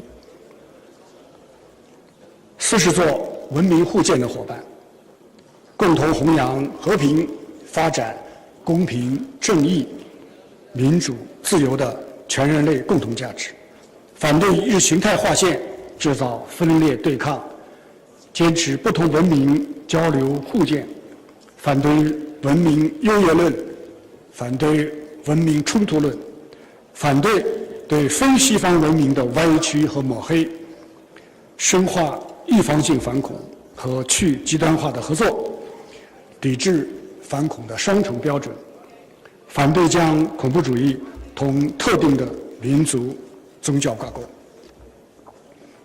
各位同事，历史已经证明，并将继续证明，中国是伊斯兰世界的真诚朋友和合作伙伴。我们愿意同伊斯兰国家一道，共同促进世界格局多极化、国际关系民主化、人类文明多样化，为构建人类命运共同体而不懈努力。最后，再次感谢巴基斯坦成功主办今天的外长会，也对巴基斯坦的国庆日表示我们最衷心的祝贺。预祝会议圆满成功，谢谢各位。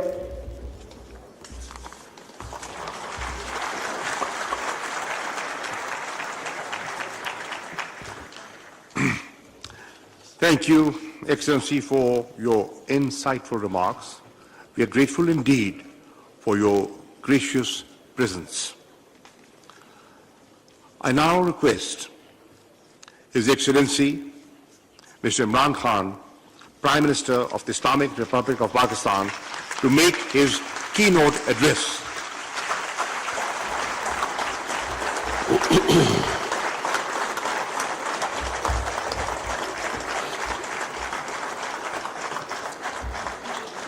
Bismillahirrahmanirrahim. إياك نعبد وإياك نستعين. In the name of Allah, most gracious, most merciful, Secretary General OIC, Thy aid do we Hussein seek, Brahim and Thy Taha, do we worship.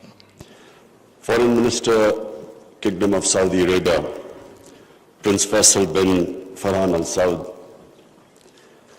Honorable Foreign Minister of China, Wang Yi, Royal Highnesses, Honorable Foreign Ministers, Excellencies, ladies and gentlemen. First of all, let me welcome you with great joy and happiness on this 48th Foreign Ministers OIC meeting. And it's being held in Islamabad at a time when we are celebrating our 75th anniversary of our independence.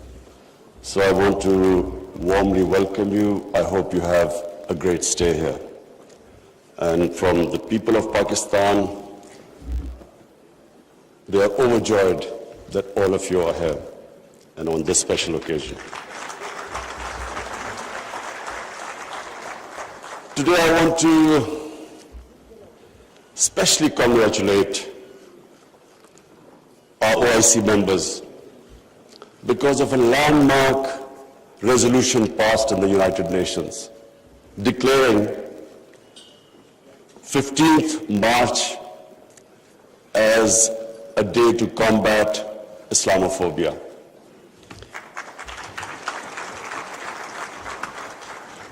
But I want to remind people why 15th of March.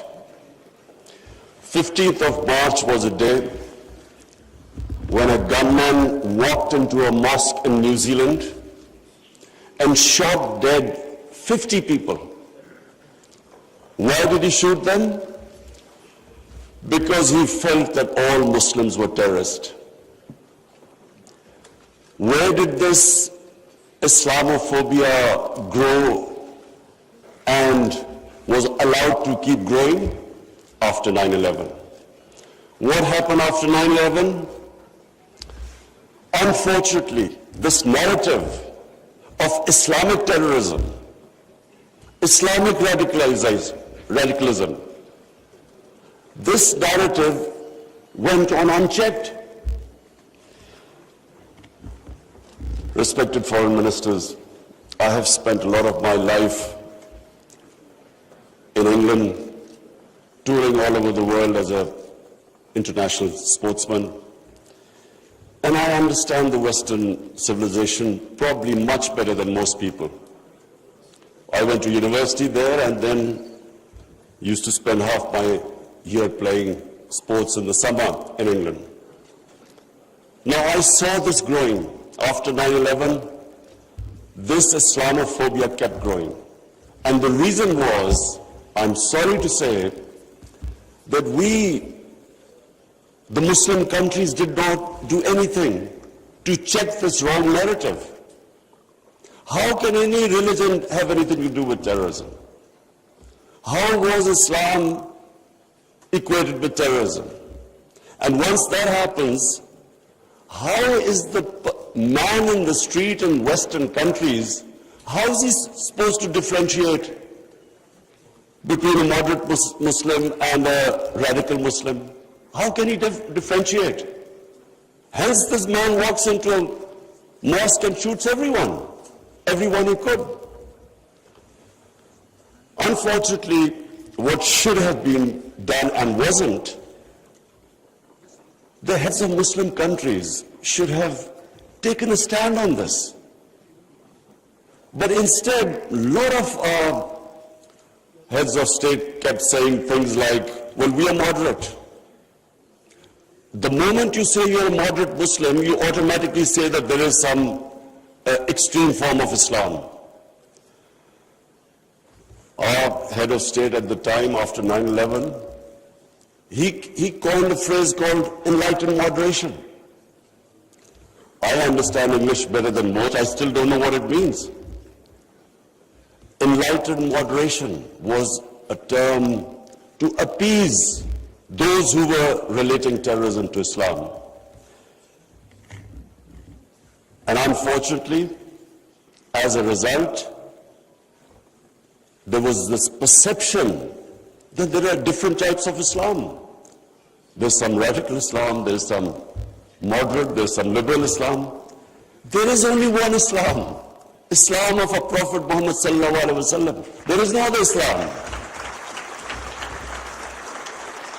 In human communities, in every human community, you have your moderates, you have your liberals, you have your conservatives, you have your fanatics. Every human community has that.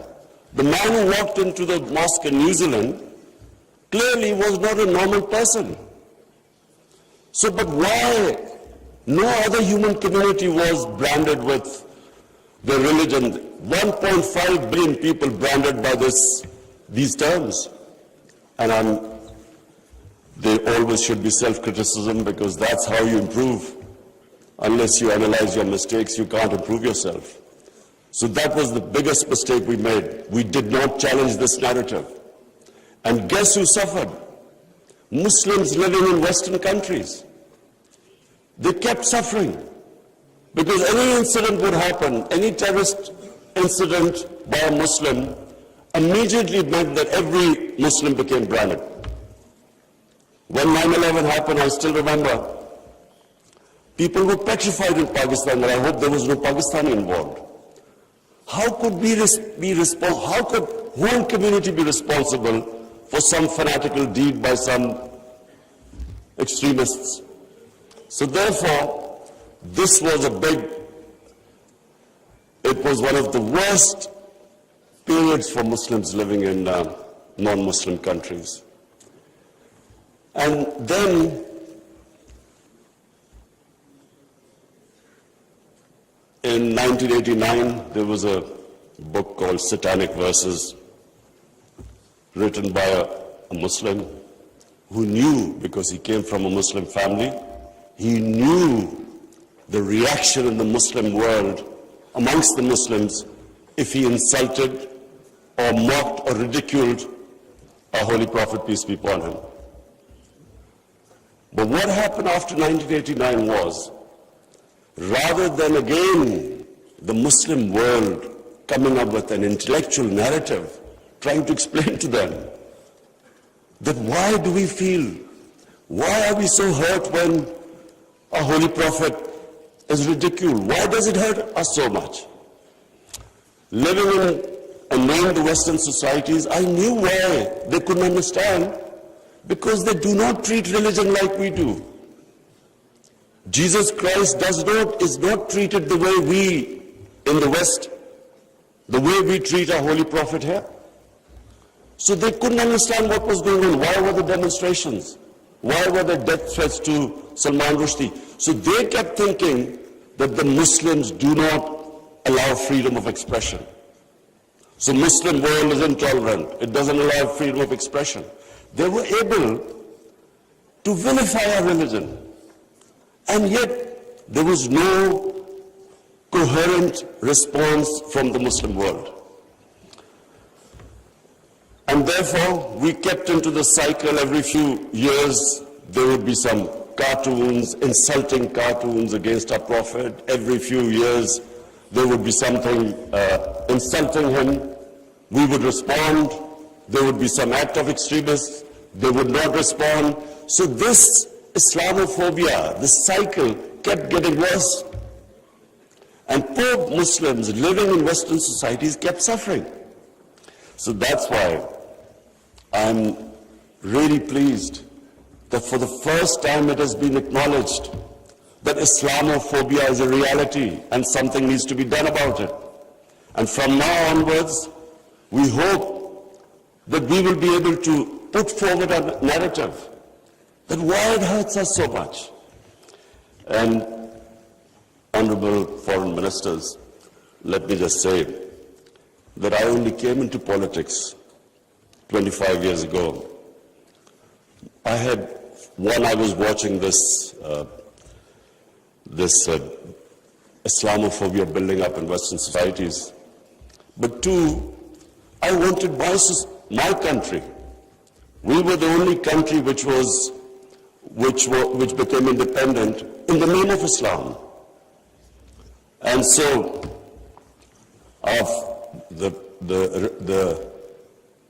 the objective resolution of our founding fathers was to make an Islamic welfare state based on the state of Medina.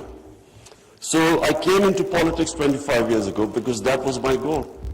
And just in this August gathering, let me just say, in the history of mankind, there was never a more just and humane state. Unfortunately, our children don't know about it. Even we in Muslim countries don't know that the modern state our Prophet created. Forget about Western countries or non-Muslims. How would they know about it when we ourselves don't understand that he created a state which laid the foundation of one of the greatest civilizations in human history for the next few hundred years. And that foundation was laid in the state of Medina. So what was that foundation? This is again what most people don't understand. And I'm glad that Foreign Minister Wang Yi is here, because I want people to understand what was it that caused this great revolution, one of the greatest revolutions of all times. The state of Medina was one of the greatest revolutions. What was it? Number one, our Prophet was given the title in our holy book, the Quran, as Rahmatul lil Alameen, mercy for mankind, not mercy for Muslims. He came as a mercy for mankind. He came to unite mankind, not divide mankind.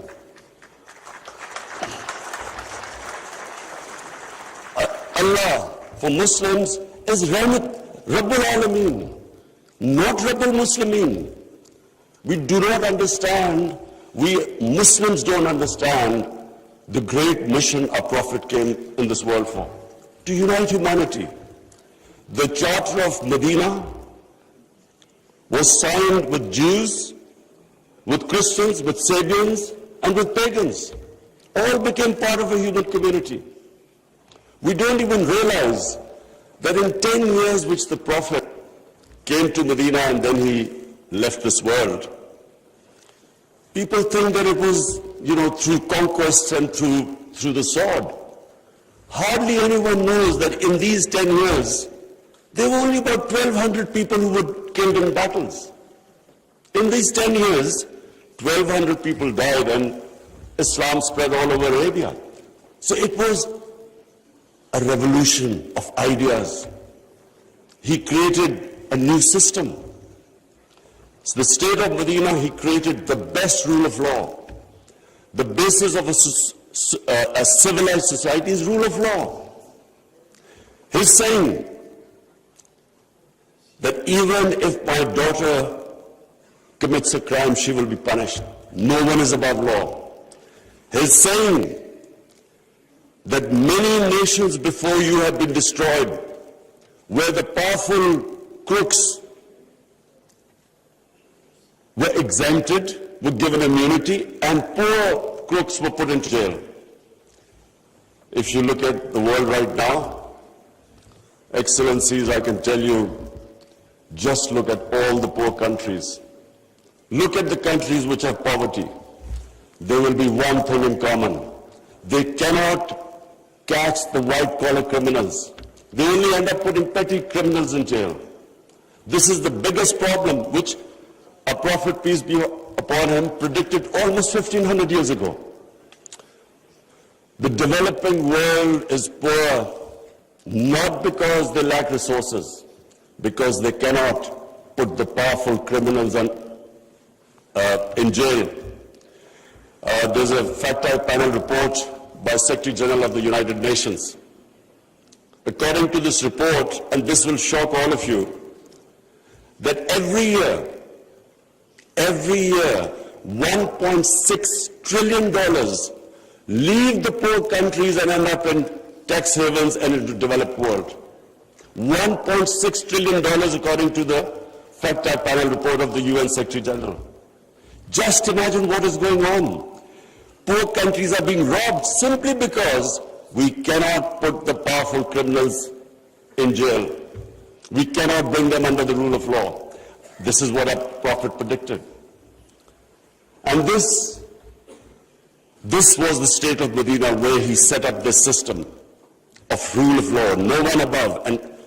And two of the first four Khalifas, two of the first four heads of state of Medina ended up in court of law. And one of the most revered and respected figures of Islam, who was the fourth Khalifa, he loses a case against a Jewish citizen because the judge refused to accept the testimony of his son. This was the justice system there, which laid the foundation of this great civilization. So what does it show? Number one, that minorities were equal citizens. They were equal citizens in front of law. There was no discrimination. Secondly, it shows that a common citizen could win a case against the head of state. No one was above law. This is 600 years before the Magna Carta was signed in England, which was the beginning of the democratic struggle of Britain. And it took them years before they could actually bring the head of state under the rule of law. This is what happened in the state of Medina. It was ahead of its time. And then it was the first welfare state in the history of mankind. Compassion, humanity. It was a state which took care of its weak, its orphans, its widows, its poor people. It was the first time pensions were introduced in the state of Medina. They took care of their own people. A compassionate state. A state where they wanted to please the Almighty. How do you please the Almighty Allah? By looking after His human beings, especially the weak. This is what happened in the state of Medina. And today, I feel sad whenever I go to Scandinavia. I see what a welfare state should be in all over the Muslim world. Look at humanity there. Look at the way they look after the weak. In fact, sometimes I'm sad because they look after their animals better than some of us look after our human beings. And remember, He's Rahmatul Alameen, so whoever listened to His message, whichever human community will prosper.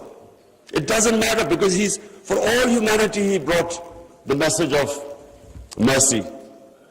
If you look at Switzerland, in the rule of law index, Switzerland is 99%. 99%. So with hardly any resources, it is one of the most prosperous countries in the world. So as I've said, anyone who goes by the model of Medina will prosper. And then, quest for knowledge.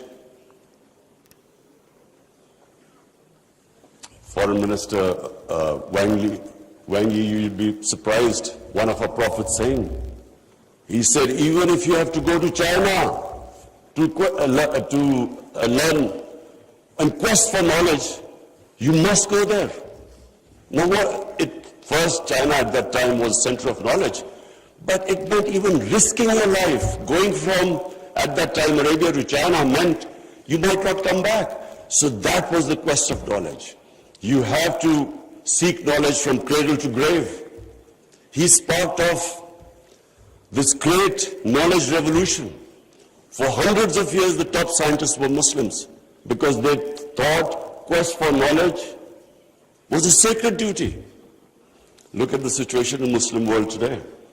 How much do we have a quest for knowledge? And then we get so much, wherever you go, Muslims that our women we imprison our women have no rights.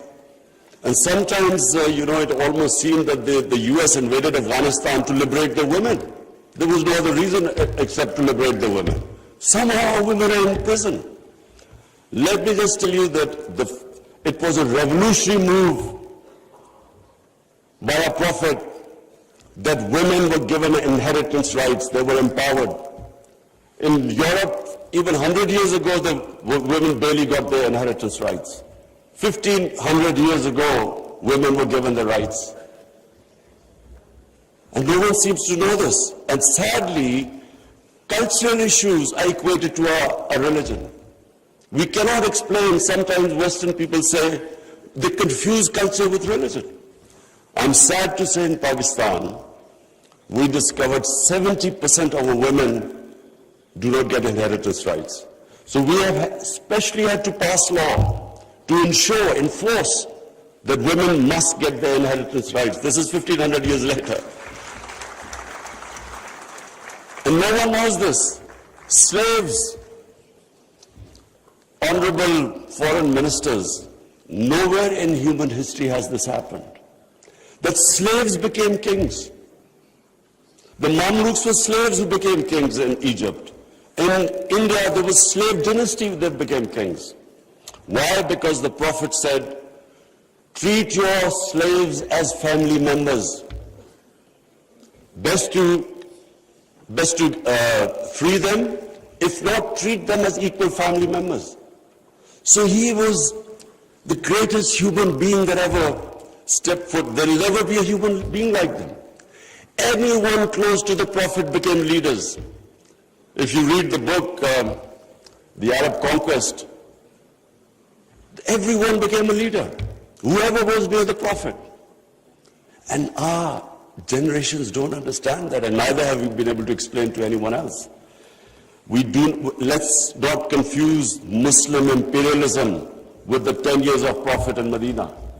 Let's not confuse that, because that was not what the Prophet preached, where the Muslims went all over the world conquering. It is not what the Prophets, the whole revolution was of ideas.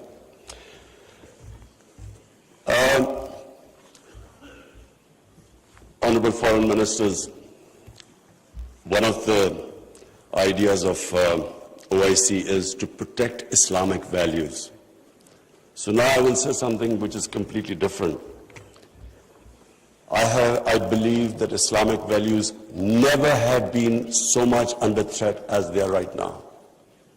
And I bring this to this August assembly because when I became the Prime Minister, I asked the police chief, asked him what the crime chart. I was amazed to note that sex crime, child abuse and rape is the fastest growing crime in this country. So we did further investigation. We discovered that the mobile phone, the sort of pornographic material available on the mobile phone to children, this has never happened in human history. So the material available is causing havoc in our society without us knowing. Parents don't know what's happening when a child goes into his room or something. They don't know what he's watching on his mobile phone. It is very important that this August forum, we should plan how to combat this, because it is already having a huge impact. We have a rise in divorces. We all know that the more vulgarity, the more a society gets permissive, it has a direct impact on the family system. One of the most important things about Islam is that our religion protects the family system. We have values like we respect parents, we have respect for our teachers, but the culture that is coming through, social media, we really need to think carefully, how are we going to protect our generations? I have formed in Pakistan a Rahmatullahi Alameen authority of scholars. The whole purpose is how are we going to give an alternate point of view to our children, cartoons. How do we, because children get influenced from that age onwards. How do we strengthen our children against this unpredictable social media revolution? How do we know where it is going? So I think that I thought at this meeting I should mention, because we need to start thinking about alternate media, how we can combat. You can't stop social media, but we can give our children, fortify them, strengthen them ethically and morally. Now I come to, two important political issues. One is Palestine and the other is Kashmir. Honorable Foreign Ministers, we have failed both the Palestinians and the people of Kashmir. I'm sad to say that we have been able to make no impact at all. They don't take us seriously. We are a divided house, and those powers know it. We are 1.5 billion people, and yet our voice to stop this blatant injustice is insignificant. We are not talking about conquering some country. We're simply talking about the human rights of the people of Kashmir and Palestine, the international law, which is on their side, United Nations Security Council resolutions that back their right. In Kashmir, the international community promised them the right to decide their own destiny through a plebiscite. That right was never given to them. In fact, the special status of Kashmir was taken away illegally by India on 5th August 2019. Nothing happened because they feel no pressure. They feel we can make a resolution and then, back to our usual business. I'm not talking about altering our foreign policies. All of us countries have our different foreign policies. But on core issues, I'm asking the OIC that unless we have a united front, we will keep these abuses will happen. Like in Palestine, it's daylight robbery going on in Palestine. The only hope I have is not because of social media. First time in Western countries, there's awareness of what's going on to the poor Palestinians.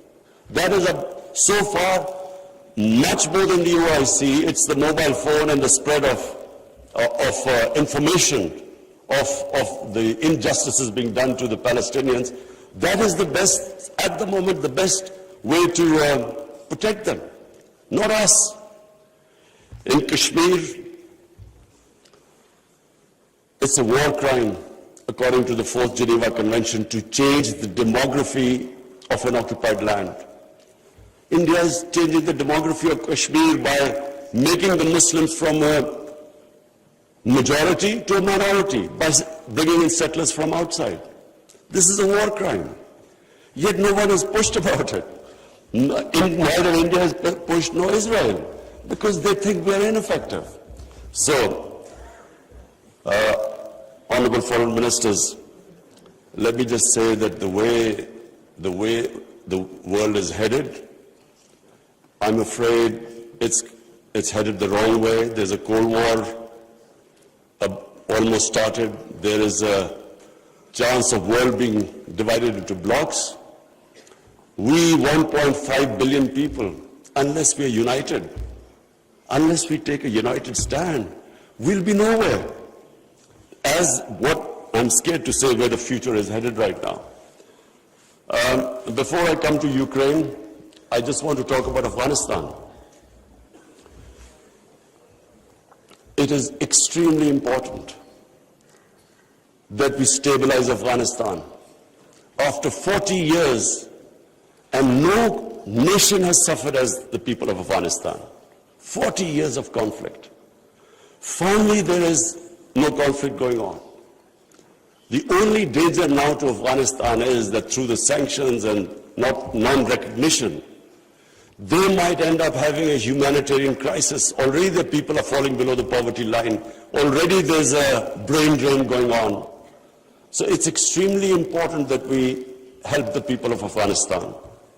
And I say this because a stable Afghanistan is the only way, I repeat, it's the only way we are going to be able to stop international terrorism from Afghan soil. No other country is going to be able to do it. Let's not be delusional that some other country will come in and sort of through drones or something fight terrorism. It's not going to happen. The only hope is a stable Afghanistan government that can take care of international terrorism. I want to add a word of caution.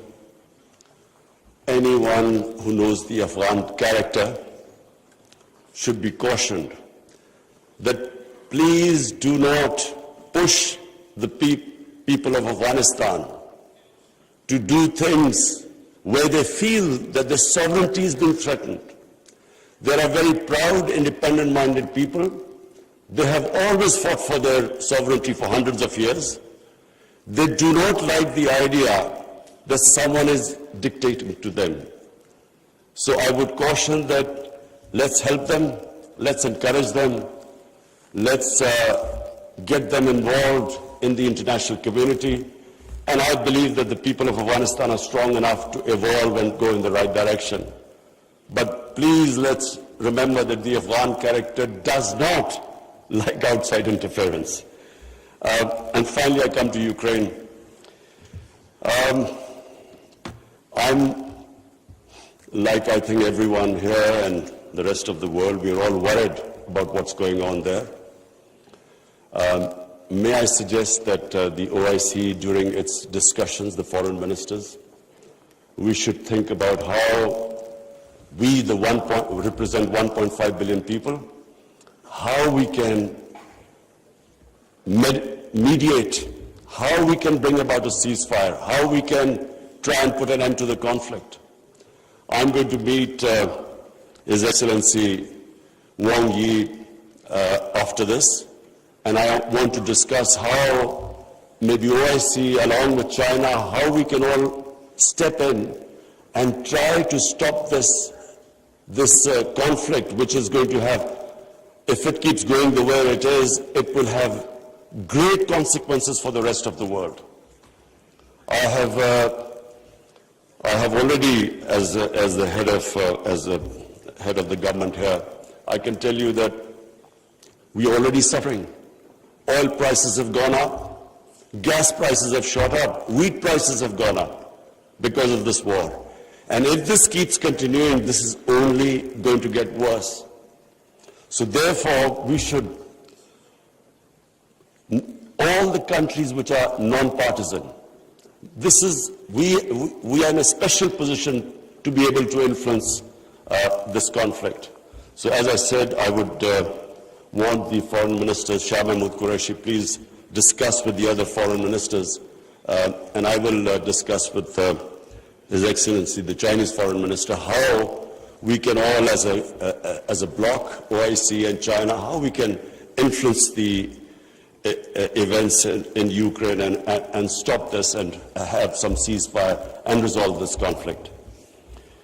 Lastly, honorable foreign ministers, let me again say what a pleasure it was to welcome you to my beautiful country. I want to end by saying, again I repeat, that the world is moving in a direction which is sadly worrisome for all of us. In bloc politics, in Cold War, and let's say 1.5 billion people, we keep underestimating the strength we have. Somehow we lack self-belief. As a sportsman, I can tell you that a team that has self-belief will defeat a team that is far more talented but doesn't have self-belief. We don't have self-belief. We somehow look to others to help us and get justice. But as where the world is headed, it is extremely important that we get united and on certain core issues take a stand. And let's not be dragged into this, into blocks, into the conflicts. We should stay as a bloc and show our power in bringing about peace rather than becoming part of some conflict. Thank you very much.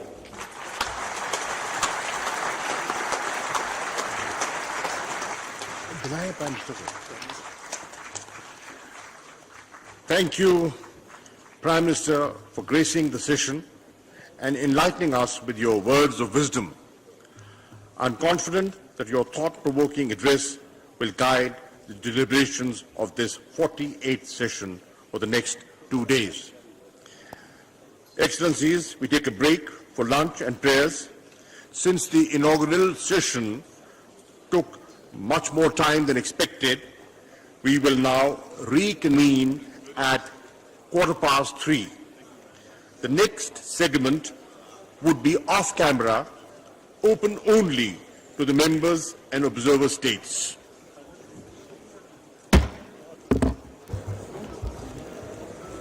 Delegates, I would request you to please remain seated while the heads of delegation